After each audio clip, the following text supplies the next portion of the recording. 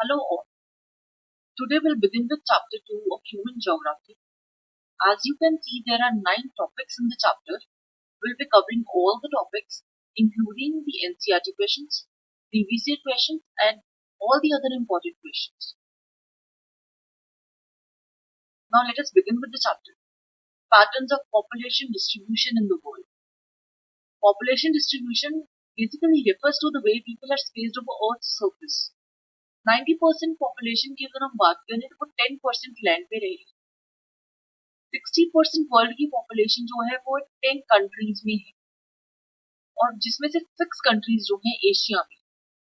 Here you have been provided with a graph of top 10 countries for your information. Next is density of population.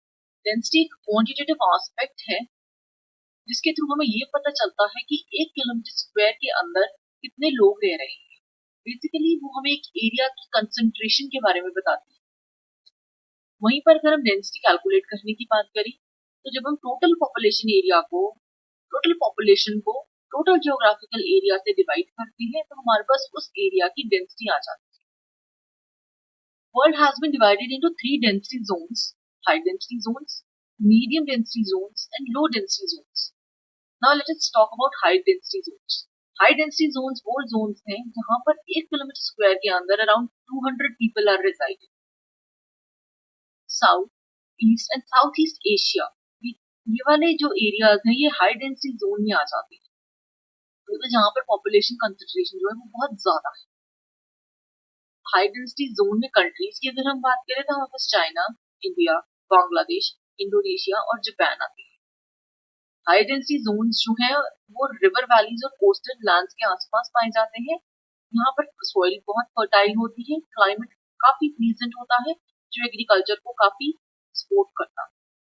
And if we talk about the high density zones of Europe and USA, then we find that the areas where minerals like coal and iron are available, there exists the high density zones of Europe and USA.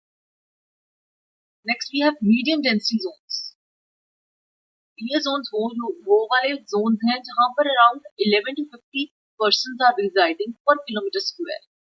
In zones को हम transition zones भी कहते हैं और ये zones जो है वो डेंसली पॉपुलेटेड रीजन्स के आसपास पाए जाते हैं, जैसे कि western China, southern India. Europe की बात करें तो यूरोप में नॉर्वे और स्वीडन, और साउथ अमेरिका, अफ्रीका और ऑस्ट्रेलिया जैसी जितनी भी कंट्रीज हैं ये सारी मीडियम डेंसिटी जोन्स में आ जाती हैं. यहाँ पर पॉपुलेशन कंसंट्रेशन बहुत ज्यादा नहीं है, मॉडरेट डेंसिटीज है. लो डेंसिटी जोन्स, यहाँ पर around 1% is residing per kilometer square because human settlement के लिए यहाँ पर कंडीशंस जो है वो फेवरेबल नहीं है. These are vast areas of empty land such as hot and cold deserts of Sahara through Arabia and Central Asia, Kalahari Desert of South Africa, Australia and dry lands of South America and Western USA. उसके साथ साथ high rainfall areas जो है tropical rain forest Asia, south America, equatorial Africa और cold polar region, ये जितने भी areas हैं ये सारे लो डेंसिटी जोन्स में आ जाते हैं बिकॉज यहाँ पर ह्यूमन हैबिटेशन के लिए जो है कंडीशंस है अनफेवरेबल. तो ये सारे जोन्स जो है वो लो डेंसिटी जोन में आते हैं. नेक्स्ट हमारे पास आ जाते हैं region wise density of population. If we talk about Asia, we have 59.5% of the population living in Asia. Africa, we have 16.9% of the population. Europe, 9.7%. Latin America and Caribbean, 8.5%. South America, 4.8%. Oceania, 0.5%. This is very important from your exam point of view because last time one mark question has been asked from this, and there is the possibility that another question can be asked this year from the high density zones, regions. So you need to know how much population concentration is there in these regions of the world. Next topic we have is factors influencing the distribution of population. It has been divided into 3 points: geographical factors, social and cultural factors, economic factors. Geographical factors further have been divided into availability of water, landforms, climate, soil. Economic factors: minerals, urbanization, and industrialization. Now let us briefly understand these points. Geographical factors: availability of water. Water एक basic necessity है और लोग उन areas में रहना पसंद करते हैं जहां पर वाटर इजीली अवेलेबल है, because it's used in drinking, bathing, cooking, crops, industries, etc. जिस वजह से रिवर वैलीज जो है वर्ल्ड की वो हमेशा से डेंसली पॉपुलेटेड रीजन्स रहे हैं। Next is landforms. लोग प्लेन लैंडफॉर्म्स में रहना पसंद करते हैं बिकॉज वहां पर एग्रीकल्चरल एक्टिविटीज और कंस्ट्रक्शन और सेटिंग अप इंडस्ट्रीज जो है वो हिली और माउंटेनियस रीजन्स के कंपैरिजन काफी इजी होता है और बेनिफिटिंग भी होता है। जिसकी वजह से अगर हम गंगा की बात करें, गंगा प्लेन्स जो है वो काफी डेंसली पॉपुलेटेड एरिया है इन कंपैरिजन टू हिमालय, जहां पर पॉपुलेशन जो है बहुत थोड़ी। Next we have soil.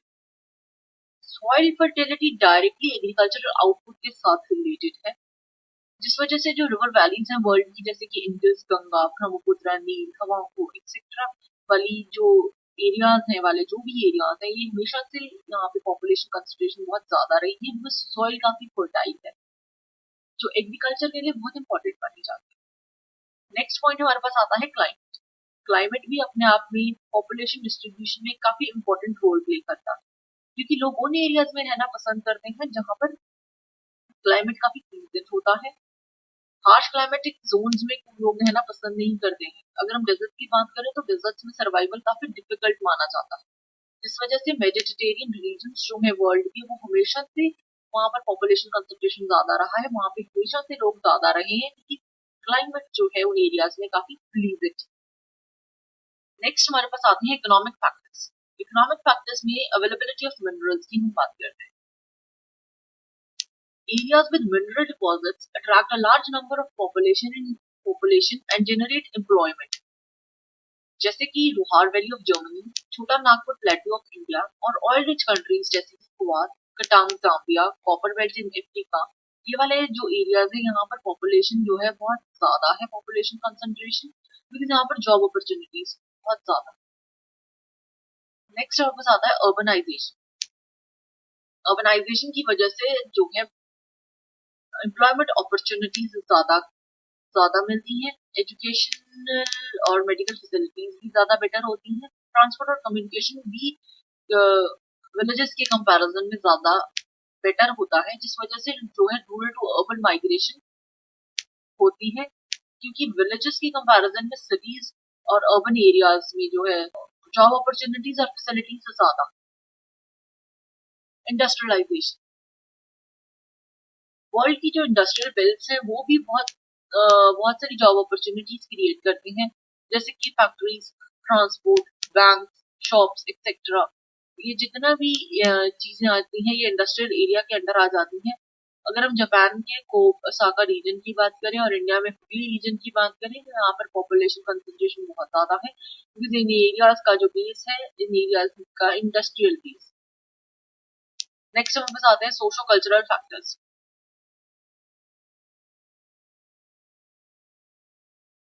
People are attracted towards areas that have religious and cultural significance. और उसी तरह से लोग उन एरियाज में रहना पसंद नहीं करते हैं जहां पर पॉलिटिकल अनरेस्ट बहुत ज्यादा। कई बार क्या है कि गवर्नमेंट भी लोगों को इंसेंटिव दे देती है एक एरिया से मूव आउट करने के लिए।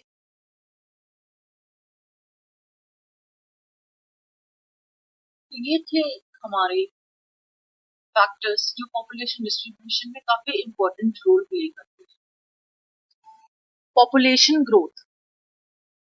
एक टाइम पीरियड में एक एरिया की पॉपुलेशन में जो चेंज आता है उसे हम पॉपुलेशन ग्रोथ कहते हैं।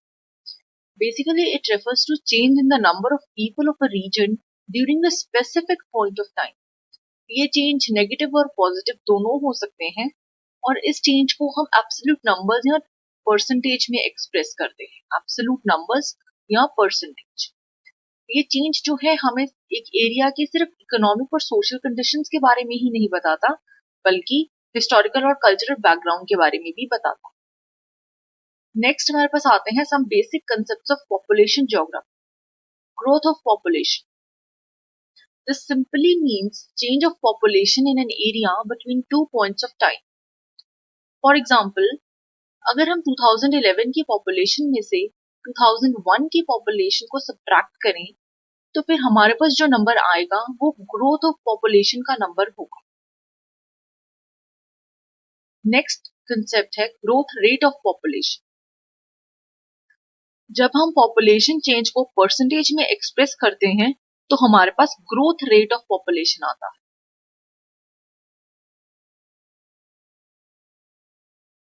नेचुरल ग्रोथ ऑफ पॉपुलेशन, जब भी बर्थ्स और डेथ्स में डिफरेंस की वजह से पॉपुलेशन इंक्रीज होगी तो उसे हम नेचुरल ग्रोथ ऑफ पॉपुलेशन बोलते हैं।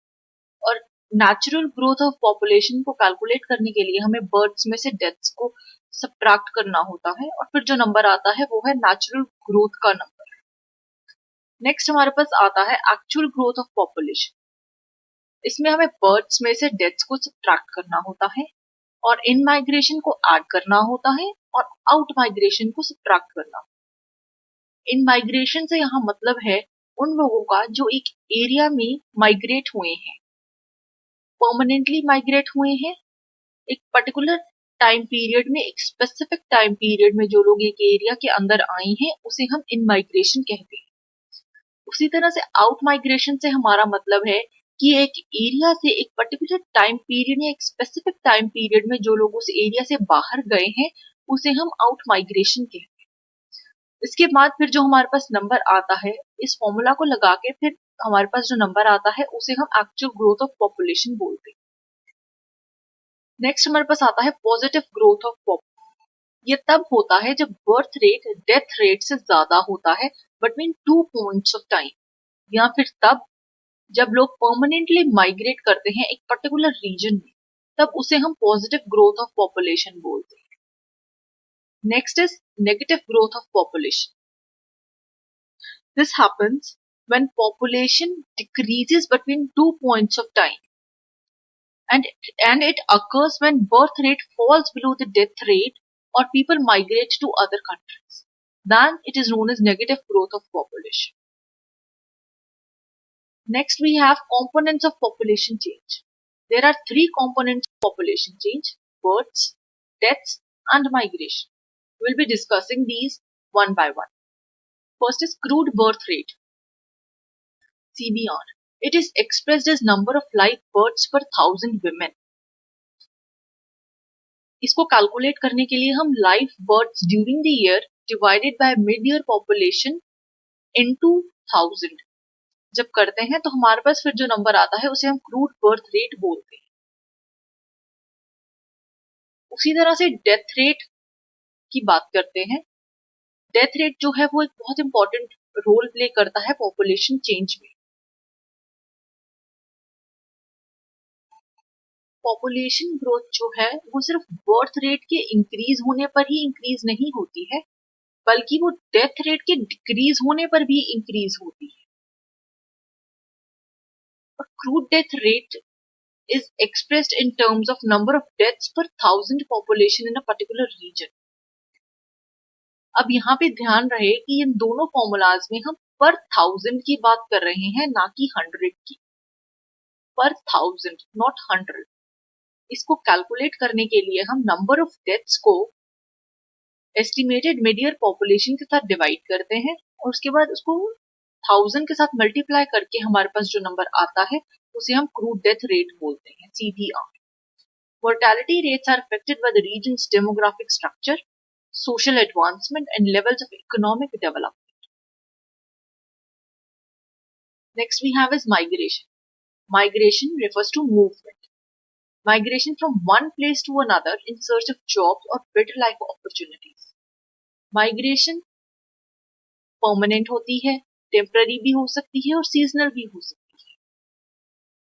और वो रूरल से अर्बन एरियाज में हो सकती है, रूरल टू रूरल एरियाज हो सकती है, रूरल टू अर्बन एरियाज हो सकती है, अर्बन टू अर्बन एरियाज हो सकती है और अर्बन टू रूरल एरियाज भी हो सकती है।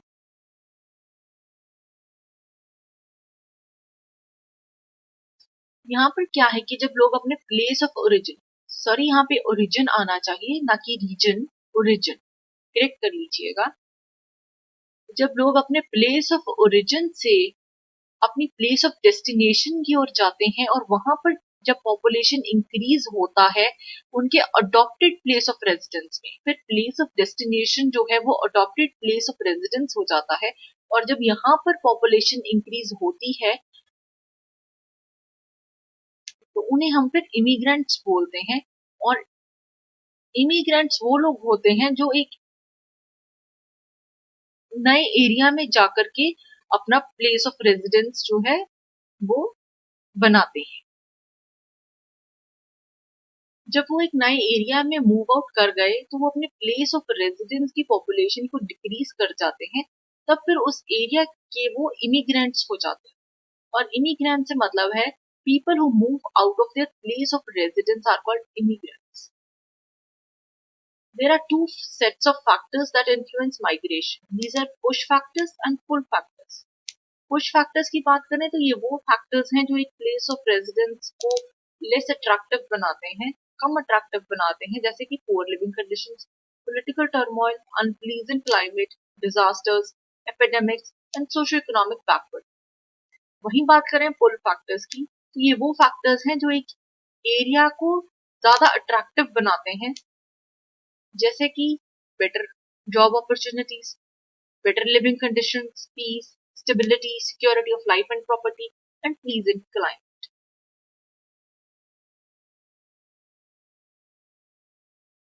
नेक्स्ट हमारे पास आता है trends in population growth.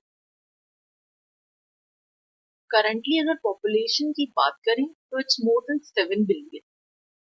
Earlier periods में क्या था कि पॉपुलेशन बहुत स्लोली ग्रो कर रही थी और and it's since last few hundred years that the population has increased at an alarming rate.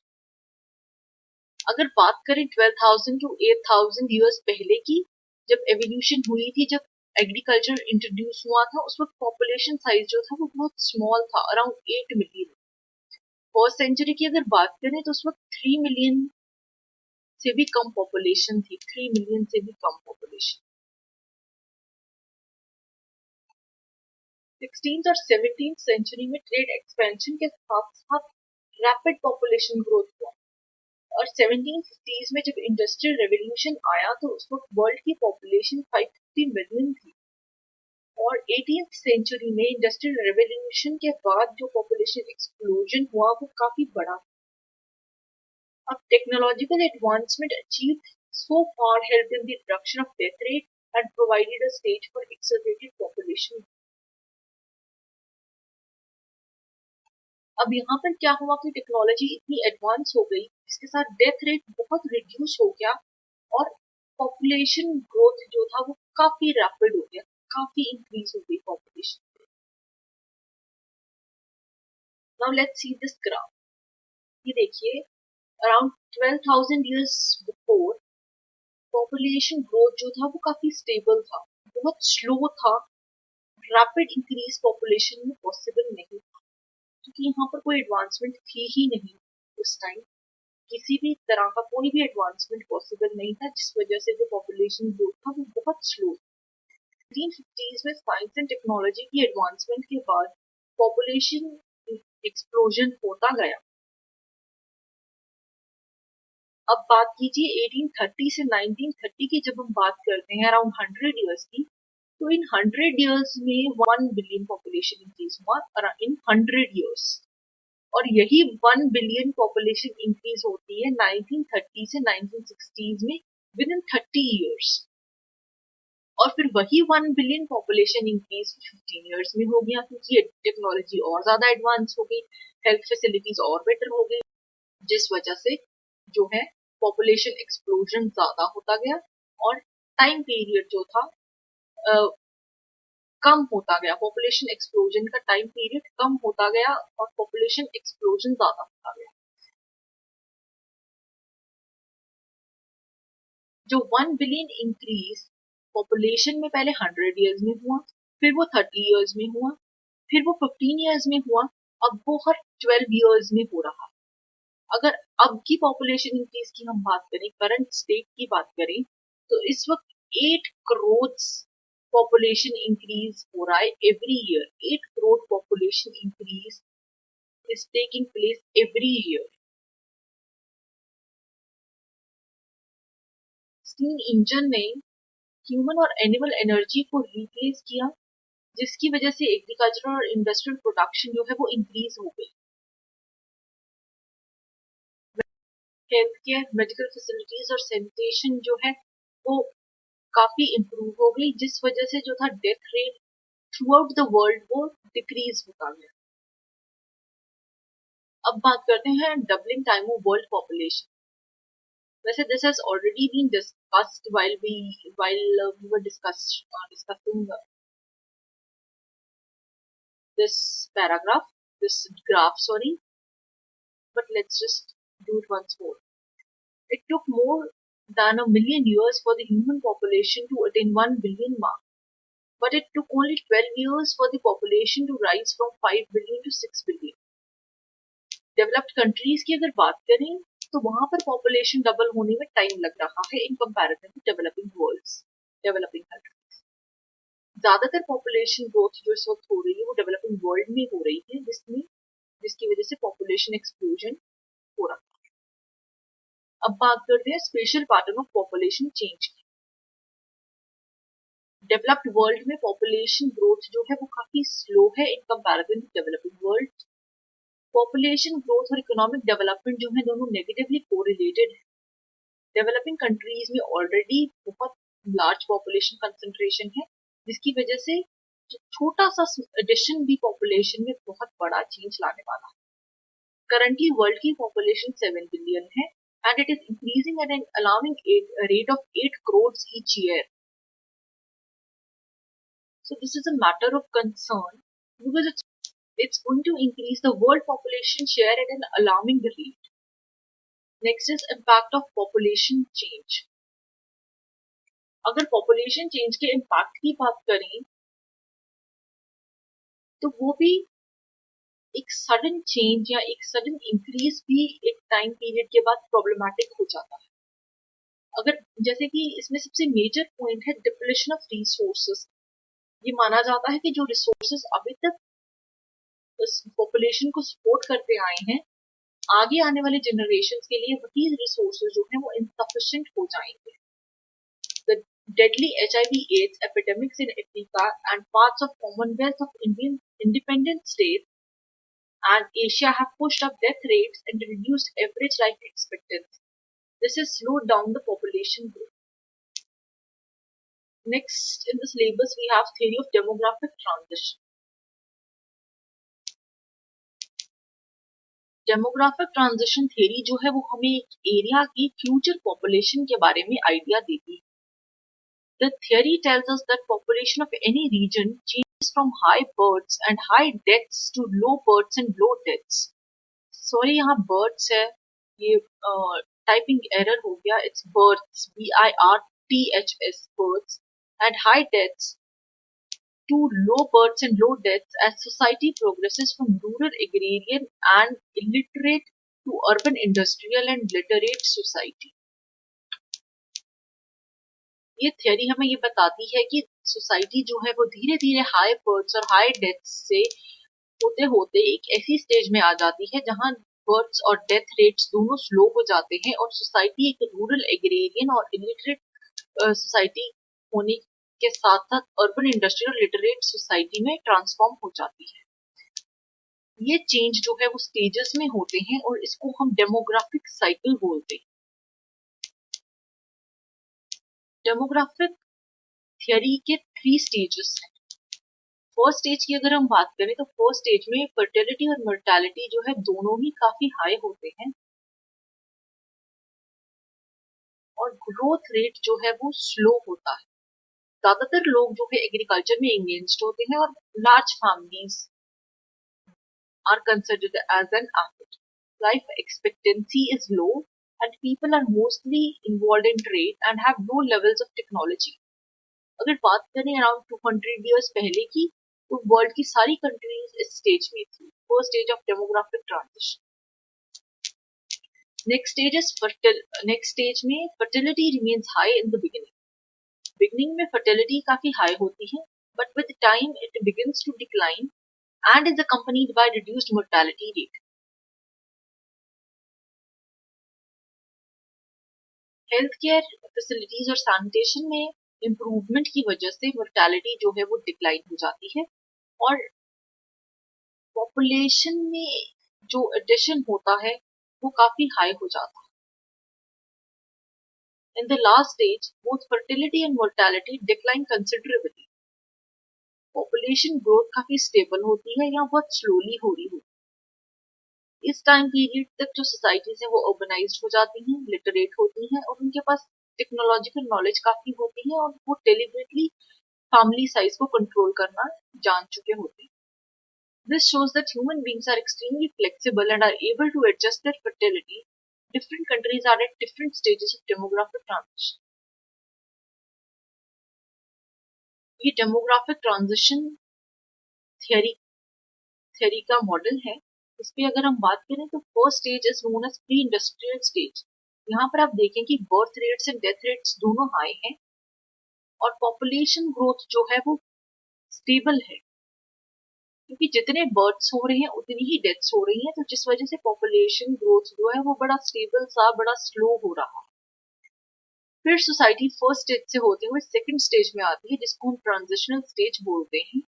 यहाँ पर क्या होता है कि यहाँ पे सोसाइटी एडवांस स्टेज में आ चुकी होती है, मेडिकल फैसिलिटीज आ चुकी होती हैं और उस वजह से एजुकेशन भी आ चुका होता है, जिस वजह से डेथ रेट जो है वो डिक्लाइन हो जाता है और बर्थ रेट जो इंक्रीज हो जाता है. सेकेंड स्टेज में डेथ रेट डिक्रीज हो जाता है और बर्थ रेट इंक्रीज हो जाता है, जिस वजह से पॉपुलेशन एक्सप्लोजन हो जाता है. सेकेंड स्टेज से निकल करके सोसाइटी थर्ड स्टेज में आती है जिसे हम इंडस्ट्रियल स्टेज कहते हैं. यहाँ पर सोसाइटी जो है वो पूरी एडवांस्ड सोसाइटी हो जाती है, पूरी अर्बनाइज्ड सोसाइटी हो जाती है. यहाँ पर जो विमेन होती है she is not just concentrated to her homes but she also steps out in the professional world, जिसकी वजह से क्या होता है कि बर्थ रेट भी डिक्लाइन हो जाता है. लोग ज्यादा अवेयर हो जाते हैं, ज्यादा एजुकेटेड होते हैं और डेलिबरेटली बर्थ कंट्रोल मेजर्स को अडॉप्ट करते हैं, जिस वजह से डेथ रेट डिक्लाइन होने के साथ साथ बर्थ रेट भी डिक्लाइन हो जाता है और जो पॉपुलेशन ग्रोथ है वो थोड़ा स्टेबल हो जाता है. So these were the three stages of demographic transition theory, and these are very important from our exam point of view, both for 1 mark questions and for long answer type questions also. Next we have population control measures. Family planning is the spacing or preventing the birth of children. Family planning is an important factor in controlling population of a country and in improving women's health. Propaganda, free availability of contraceptives, and tax incentives for large families are some of the measures which can help population control.